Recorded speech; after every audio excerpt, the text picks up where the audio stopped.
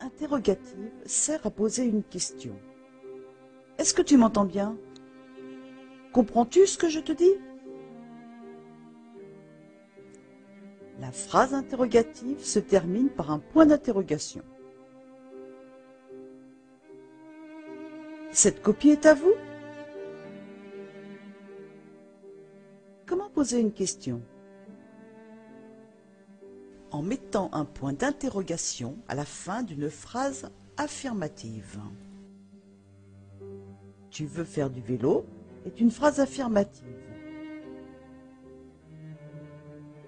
Tu veux faire du vélo avec un point d'interrogation devient une phrase interrogative.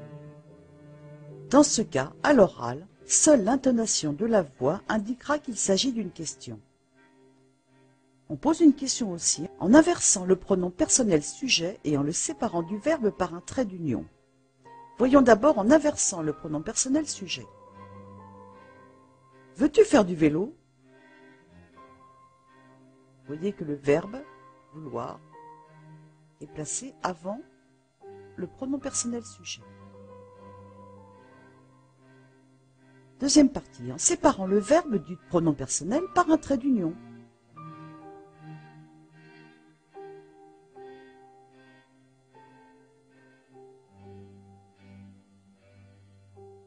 Faites attention.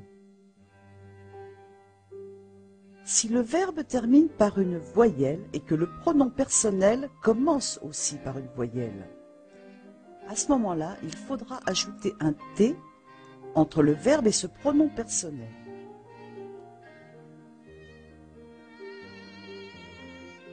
On l'appellera le T euphonique.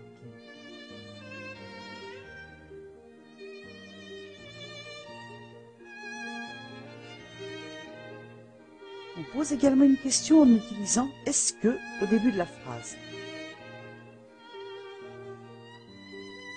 Est-ce que tu veux faire du vélo? Si le pronom personnel commence par une voyelle, il faudra mettre une apostrophe à la place du « e » dans « est-ce que ». Vous voyez que là, on a mis une apostrophe. Les mots interrogatifs. Si le sujet de la phrase est animé, on emploiera qui ou qui est-ce qui. Sont considérés comme animés les personnes, personnages ou les animaux.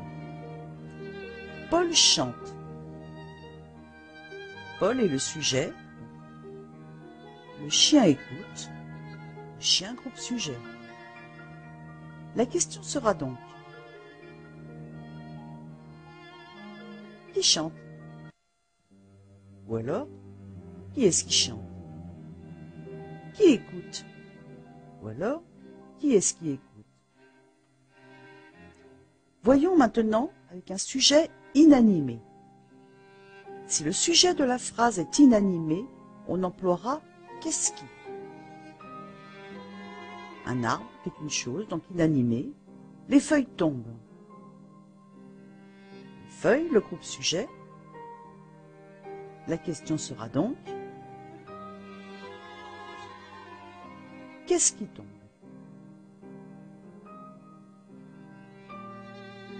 Nous avons vu les questions qui portent sur le sujet de la phrase. Voyons celles qui portent sur le complément d'objet direct. Si le complément d'objet direct de la phrase est animé, on emploiera qui ou qui est-ce que, ou avec une apostrophe, en cas de besoin. Jean regarde son collègue. Son collègue est le complément d'objet direct. Si nous nous posons la question: qui regarde-t-il? Ou qui est-ce qu'il regarde? Si le complément d'objet direct de la phrase est inanimé, on emploiera que, ou qu'est-ce que, ou éventuellement avec l'apostrophe en cas de besoin. Le détective cherche un indice. Un indice est le complément d'objet direct de la phrase. La question sera donc: que cherche-t-il? Ou qu'est-ce qu'il cherche? Si nous lui posons la question, nous dirons: que cherchez-vous? Qu'est-ce que vous cherchez? La question pourrait être aussi: vous cherchez quoi?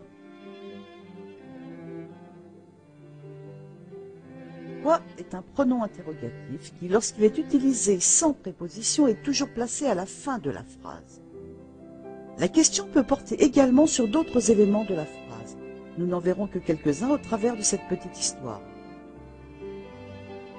J'ai reçu hier mon nouvel ordinateur. Hier est l'adverbe de temps. Quand a-t-il reçu son nouvel ordinateur? Je l'ai acheté sur Internet. Sur Internet est le complément circonstanciel de lieu. Où l'a-t-il acheté? Je l'ai commandé par téléphone. Par téléphone, le complément circonstanciel de moyen, de manière.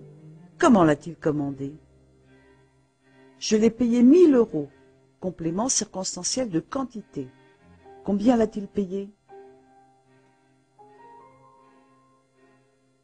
J'en ai vraiment besoin pour travailler. Complément circonstanciel de but. Pourquoi en a-t-il besoin? Mais je suis face à un gros problème. Complément d'objet indirect. Quel est son problème? La notice est écrite en chinois. En quelle langue est écrite la notice? Une nouvelle notion ici. En quelle? En quelle langue est écrite la notice? Voyez qu'on a ajouté une préposition. Devant certains mots interrogatifs, vous devez parfois ajouter une préposition. Voyons quelques exemples avec qui. À qui penses-tu? De qui parles-tu? En qui avez-vous confiance? Sur qui comptez-vous? Avec qui parles-tu? Pour qui est ce cadeau? Quelques exemples avec quoi. À quoi penses-tu? De quoi as-tu besoin? En quoi puis-je t'aider? Sur quoi es-tu assis? Avec quoi espères-tu ouvrir cette boîte? Oui, mais pourquoi faire? Ah, attention, nous avons pourquoi. Ne pas confondre pourquoi, qui est en deux mots. Par exemple, tu veux ce stylo? Pourquoi faire?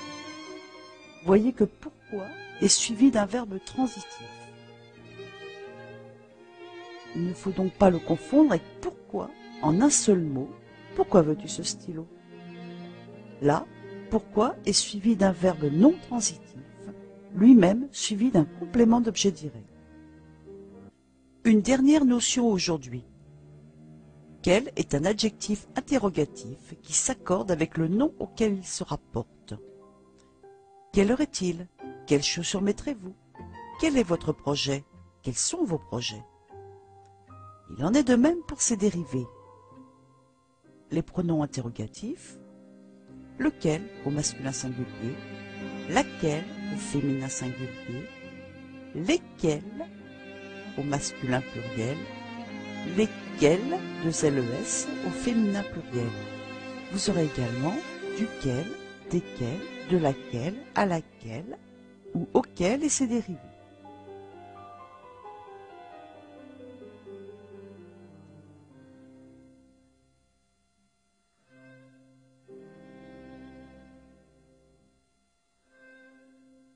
Ce cours a été réalisé pour françaisfacile.com par Bridge.